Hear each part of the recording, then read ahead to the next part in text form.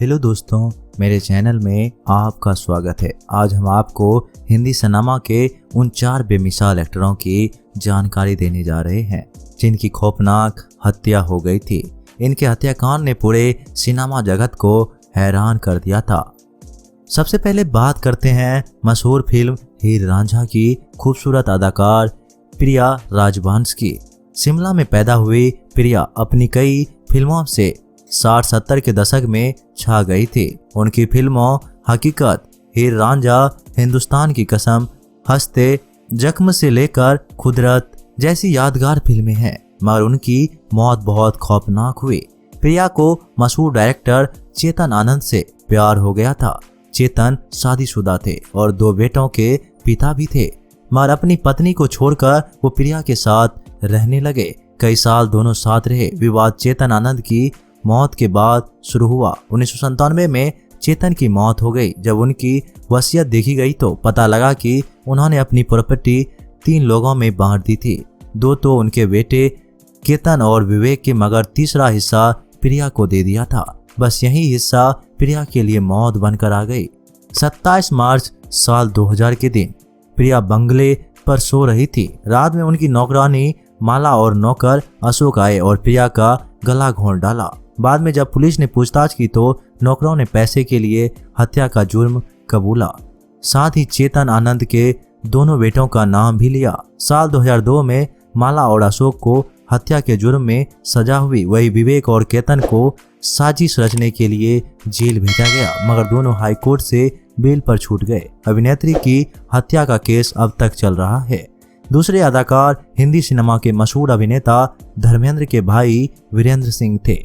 Hindi cinema की जगह पंजाबी फिल्मों में वो सुपरस्टार हुआ करते थे। 15 अगस्त 1948 को पगवारा पंजाब में पैदा हुए वीरेंद्र की सिर्फ 40 साल की उम्र में ही बेरहमी से हत्या कर दी गई थी। ये बात 6 दिसंबर 1988 की है, जो वो जट ते जमीन फिल्म की शूटिंग के सिलसिले में पंजाब के तलवंडी कला गांव में थे। शूटिंग चल रही थी कि सेट पर गोली चलने की तेज आवाज ने सबको चौंका दिया। अचानक सबकी नजरें वीरेंद्र पर पड़ी, जो जमीन पर पड़े पड़े तड़प रहे थे। लोग उसकी तरफ दौड़े और उनको बचाने की कोशिश की, मगर तब तक उनकी दर्दनाक मौत हो गई थी। हैरानी की बात है कि उनके हत्यारों का पता आज तक नहीं लग सका।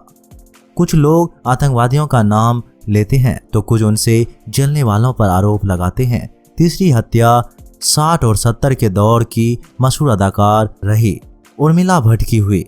देहरादून में 1934 को पैदा हुई उर्मिला की खौफनाक कत्ल ने सबको हिला डाला था। बॉलीवुड की मां के रूप में आज भी लोग उनको नहीं भूल सके हैं।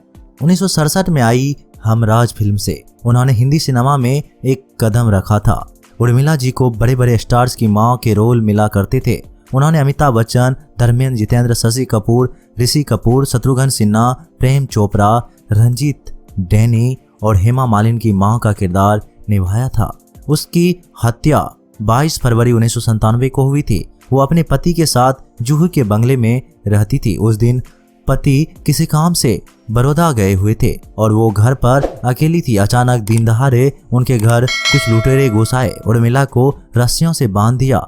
इसके बाद घर का सारा रुपया और जेवर लूट लिया। लेकिन इसके बाद जो हुआ वो दिल दहलाने वाला था। लुटेरे भाग रहे थे, तभी एक बदमाश बंधी हुई उर्मिला जी की ओर आया और चाकू से उनका गला रेत डाला। इस वजह से उर्मिला जी की तड़प तड़प कर वहीं मौत हो गई।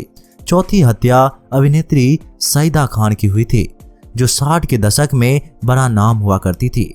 24 अक्टूबर 1949 को कोलकाता में जन्मी अभिनेत्री की कई यादगार फिल्में हैं। इनमें कांच की गुड़िया, हनीमून, मॉडर्न गर्ल, मैं शादी करने चला, 4, दरवेश, सिंधवाद, अली बाबा और अलादीन, ये जिंदगी कितनी हसीन है और कन्यादान आदि है। सईदा ने उस दौर के मशहूर प्रोड्यूसर और राइटर ब्रिज सदाना से लव मैरिज की थी। अभिनेता कमल सदान उनके ही बेटे हैं। सईदा की शादीशुदा जिंदगी अच्छी नहीं थी, क्योंकि उनके पति को लगता था कि सईदा का अवैध संबंध है। इसी वजह से अक्सर दोनों के बीच लड़ाइयाँ हुआ करती थी। मगर उस दिन तो बहुत खौफनाक घटना हो गई। 21 अक्टूबर 1990 की बात है। सईदा और सदाना का झगड़ा बहुत बढ़ गया। वज्र ने शराब पी और अपनी गन निकाल ली। इसके बाद उन्होंने सैदा को गोली मार दी। गोली की आवाज सुनकर उनके बच्चे कमल और नर्मदा वहां पहुंचे तो ब्रज ने उन दोनों पर भी फायर कर दिया। इसके बाद खुद को भी शूट कर दिया। खौफनाक घटना में सैदा और नर्मदा के साथ ब्रज की भी मौत हो गई, मगर कमल सदान किस्मत से बच गए थे। दोस्तों, आपको इन चारों एक्टरों में सबसे खौफनाक अंत किसका लगा था? हमें कमेंट में जरूर बताइएगा। मिलते हैं एक नए वीडियो के साथ, तब तक के लिए नमस्कार, टेक केयर।